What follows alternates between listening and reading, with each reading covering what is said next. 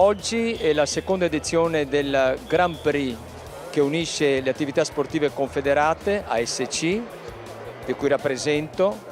e come partner la Federazione Italiana Karate, e in cui abbiamo condiviso questo percorso assieme in modo da poter far gareggiare i ragazzi oggi nell'occasione di Strana, in questo Gran Premio nazionale, in cui i ragazzi si mettono alla prova o mettono alla prova le loro capacità acquisite fino ad oggi, e per dare dimostrazione a se stessi di dove oggi è il loro livello.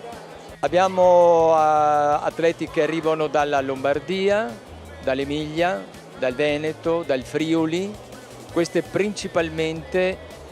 forse qualcuno arriva anche dalla Toscana, quindi diciamo tutta l'area del centro-nord. Il lavoro e la prospettiva di poter portare i ragazzi a fare karate in questo caso è proprio farli crescere,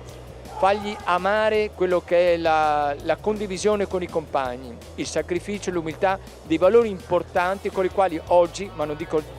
penso dire niente di nuovo, un po' stiamo perdendo queste cose, quindi valori che ancora rimangono e che sono fondamentali per la loro crescita e per il loro futuro.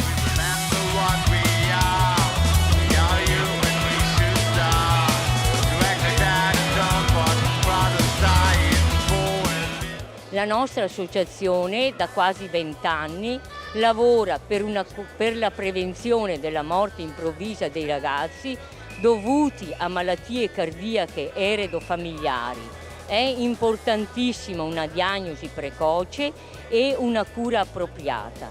Come associazione siamo presenti presso l'ospedale di Padova e abbiamo una sede associativa aperta tutti i giorni. Questo è il motivo per cui chiediamo di sostenerci, perché tutti i servizi che eroghiamo alle famiglie sono servizi gratuiti perché tutti possano avere l'aiuto che hanno bisogno. E la nostra associazione si chiama Giovani e Cori Aritmico Onlus GECA Onlus.